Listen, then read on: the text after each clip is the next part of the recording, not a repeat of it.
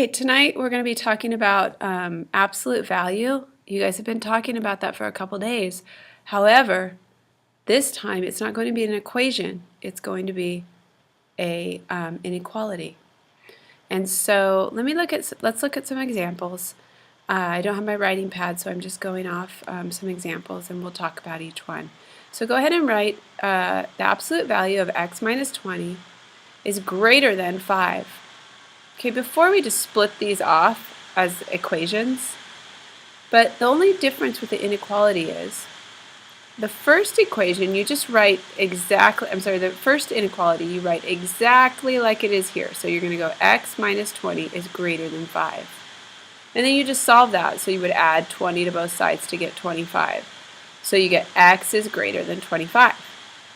But then you're going to rewrite this equation and change your inequality sign and change the sign of the number. So change on both of those. So x minus 20 is less than negative 5. Then you just add 20 and you would get x is less than 15. So your answer is x is less than 15 or x is greater than 25. So that's a greater than one. Let's look at a less than or equal to one. So go ahead and write down absolute value of x minus 3 is less than or equal to 4. Remember, you just rewrite the equation for the first part. So you do x minus 3 is less than or equal to 4. You add 3 to both sides and you get x is less than or equal to 7. The other side, though, will be different. You go x minus 3 is greater than. You flip your sign, your inequality sign, and you change your sign of your number. So you're going to get negative 4 here. Then you add your 3 to both sides, and you get x is greater than or equal to negative 1.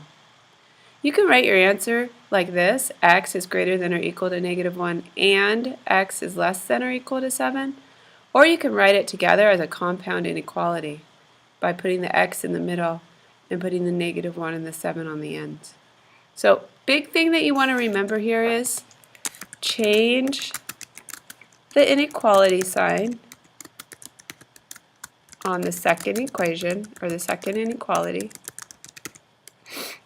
and change the sign of the number. So just read over those notes, have them in your composition book, and be ready for tomorrow. Thanks.